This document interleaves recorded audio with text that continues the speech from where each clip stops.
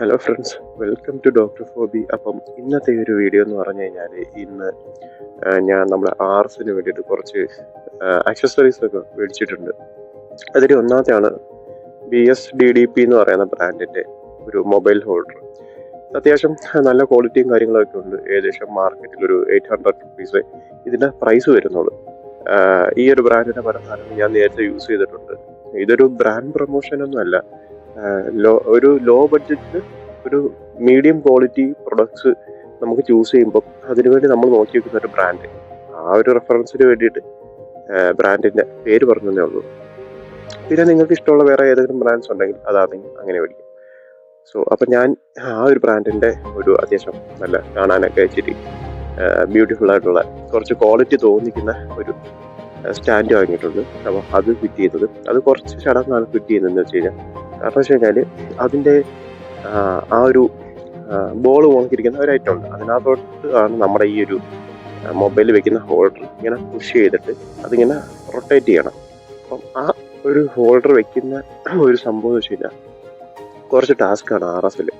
കാരണം ഈ ഹാൻഡിൽ ബാറിന് പ്രത്യേകിച്ച് വലിയ നീളമോ കാര്യങ്ങളോ ഒന്നും ഇല്ലാത്തതുകൊണ്ട് വേറെ എങ്ങും ഒരു എക്സാക്റ്റ് ഒരു സർക്കിൾ അല്ലെങ്കിൽ ഒരു സ്ക്വയർ ഒരു പൈപ്പ് കിട്ടാത്തത് കൊണ്ടും നമുക്ക് ഇച്ചിരി ബുദ്ധിമുട്ടായിട്ട് തോന്നും. പക്ഷേ ഈ ബൈക്കിന്റെ ഡിസ്ക് നമ്മുടെ മാസ്റ്റർ സിലിണ്ടറിന്റെ അവിടെ ആയിട്ട് അതൊന്ന് നമ്മുടെ ത്രോട്ടിൽ ആ ഒരു എൻജിൻ കിൽ സ്വിച്ച് ഒക്കെ ഇരിക്കുന്ന ഒരു യൂണിറ്റോട് കുറച്ചുകൂടെ ക്ലോസ് ആയിട്ട് വെച്ച് കഴിഞ്ഞാൽ ആ സ്പേസ് നമുക്കത് വെക്കാൻ പറ്റും. അങ്ങനെ എടുത്ത് ഞാൻ ഈ സംഭവം ഓൾറെഡി സെറ്റ് ചെയ്തിട്ടുണ്ട്. അത് കുറച്ച് മെനക്കെട്ടെന്ന് വെച്ചാൽ ഒരു 10 മിനിറ്റ് കേസേ ഉള്ളൂ സംഭവം. അപ്പം അതിങ്ങനെ വെച്ചിട്ട് എൻ്റെ പൊസിഷനൊക്കെ ക്ലിയർ ചെയ്ത് അത് പ്രോപ്പറായിട്ട് ടൈറ്റ് ചെയ്ത്, കാരണം ഇത് ടൈറ്റ് ചെയ്യുമ്പം ഇതിൻ്റെ പഴയത് കണക്ക് 2 സൈഡ് നട്ടല്ല ഇരിക്കുന്നത്. ഒരു സൈഡ് ഇതിങ്ങനെ ഓപ്പൺ ചെയ്തിട്ട് ക്ലോസ് ചെയ്യുന്ന ടൈപ്പാണ്. അപ്പം ഈ ഒരു ഭാഗത്തായിട്ടായിരിക്കും ഇതിൻ്റെ ഒരു സ്ക്രൂ ഫിറ്റിംഗ് വരുന്നത് മുകളിലായിട്ട്. അപ്പം അതൊക്കെ വെച്ചിട്ട് ടൈറ്റ് ചെയ്ത് സെറ്റ് ചെയ്ത് വെച്ചിട്ടുണ്ട്. അപ്പം അത് ആ ഒരു ടൈമിൽ ഷൂട്ട് ചെയ്യാൻ അത്ര അങ്ങോട്ട് അല്ലെങ്കിൽ ക്യാമറ സെറ്റ് ചെയ്യാൻ വേറെ ആരും ഇല്ലായിരുന്നു. പിന്നെ ഇന്നലെ രാത്രിയിലാണ് ഇപ്പം തന്നെ ഈ ഒരു സ്റ്റാൻഡ് ഞാൻ പിന്നെ ആ ഒരു ആവശ്യകത കണ്ടുകൊണ്ട് വാങ്ങിയത്. അപ്പം അങ്ങനെ അതെല്ലാം ഞാൻ സെറ്റ് ചെയ്ത് വെച്ചിട്ടുണ്ട്. ഇനി അതിലേക്ക് നമ്മളുടെ ഈ ഒരു ഹോൾഡറിന്റെ മെയിൻ പാർട്ട് അത് അതിലേക്ക് പഞ്ച് ചെയ്യുക. എന്നിട്ട് എന്നടിയിൽ റൊട്ടേറ്റ് ചെയ്ത സംഭവമുണ്ട്, അത് റൊട്ടേറ്റ് ചെയ്ത് കഴിഞ്ഞാൽ ഈ സംഭവം ടൈറ്റ് ആവും.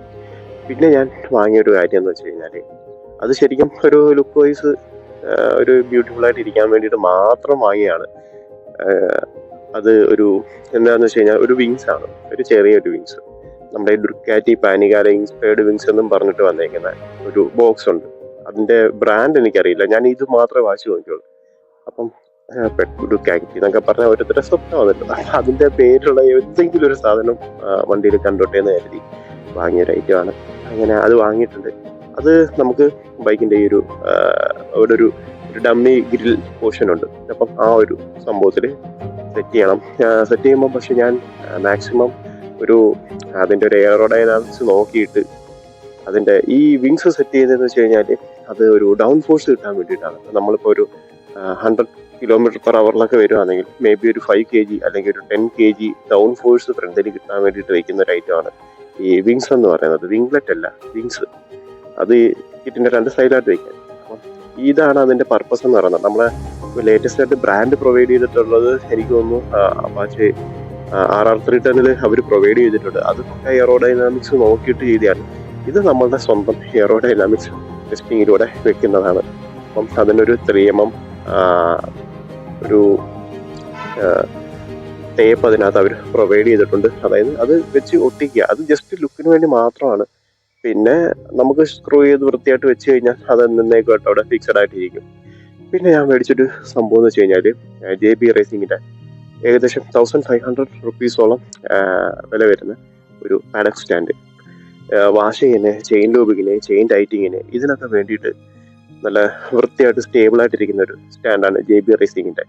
ഞാനിപ്പോൾ ഇതിനകത്ത് പറഞ്ഞിട്ടുള്ള ബ്രാൻഡ്സ് എന്ന് വെച്ച് കഴിഞ്ഞാൽ ഞാൻ മേടിച്ചിട്ടുള്ള സാധനങ്ങളാണ്. കാരണം ഞാൻ മേടിക്കാത്തൊരു സംഭവത്തെക്കുറിച്ച് അതിന്റെ ക്വാളിറ്റിയെക്കുറിച്ച് എനിക്ക് വ്യക്തത കാണത്തില്ല, പറയാൻ അറിയത്തില്ല.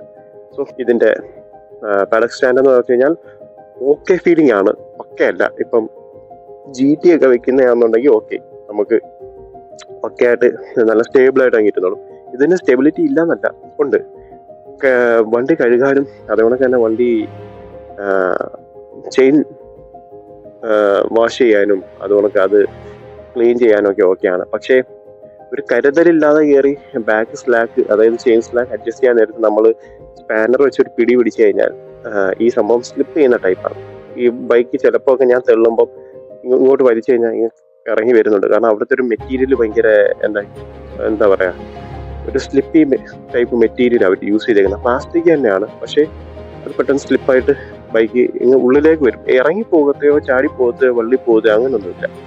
അപ്പം അത് നോക്കിയും കണ്ടും ചെയ്തില്ല എന്നുണ്ടെങ്കിൽ അതിൽ പണി കിട്ടുമെന്ന് എനിക്ക് തോന്നിയിട്ടുണ്ട്. സോ ഈ ഒരു കുഞ്ഞു വീഡിയോ ഇത്രയൊക്കെ തന്നെയുള്ളൂ. നമ്മുടെ RS ചെയ്ത ചെറിയൊരു മോഡ് നിങ്ങളെ കാണിക്കണം, നിങ്ങളിലേക്ക് എത്തിക്കണം.